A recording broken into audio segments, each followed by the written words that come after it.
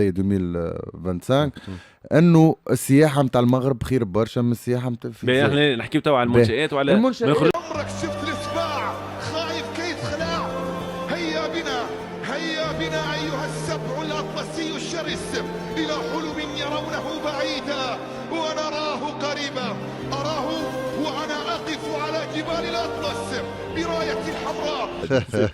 باهي نشوفوا التصرفات ممكن تاع مبعوثي الكاف اثارت غضب شقائنا في الجزائر، خاصه الاعلام الجزائري ما عجبتوش يعني تصرفات، هاو ينتشوا في الجازون، هاو يشوفوا تحت الكراسي، معناها تصرفاتك اللي مستفزه خالد نوعا ما للجزائر. وفما برشا تنبؤوا انه حتى الامور محسومه، وانه المغرب سيفوز بشرف تنظيم كاس افريقيا 2025. هذوما الصور شفنا غضب في قناه الهداف البارح.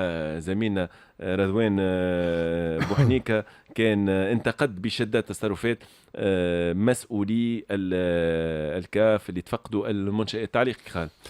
والله انا تعليقي مين تعرفوا معناتها، انا بالنسبه لي انا قلت لك اكثر حاجه اللي هي المغرب باش تفوز بالكاس التنظيم الافريقيه ذي 2025 انه السياحه نتاع المغرب خير برشا من السياحه نتاع احنا نحكيو توا على المنشآت وعلى ما نخرجوش على الموضوع، نحكيو على التصرفات اللي ريناها من مسؤولي الكاف، من المبعوثين. نحن هما تو مبعوثين نتاع الكاف ما عملوش هكايا في المغرب. الحقيقه حسب ما ريت ما شفتش حاجه كيما هكا، معناها ما شفتش.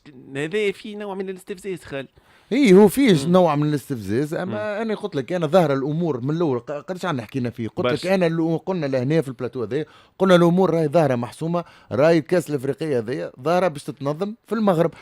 تحب ولا ما تحبش؟ تاخر الاعلان، هو تاخر الاعلان، تحب ولا ما تحبش. المغرب رغم المغرب عندها ملاعب اوكي بدت عندها ملاعب الجزائر وملاعب الاعلى مستوى. اي ما عندي ما نقول، ما قلت حتى شيء.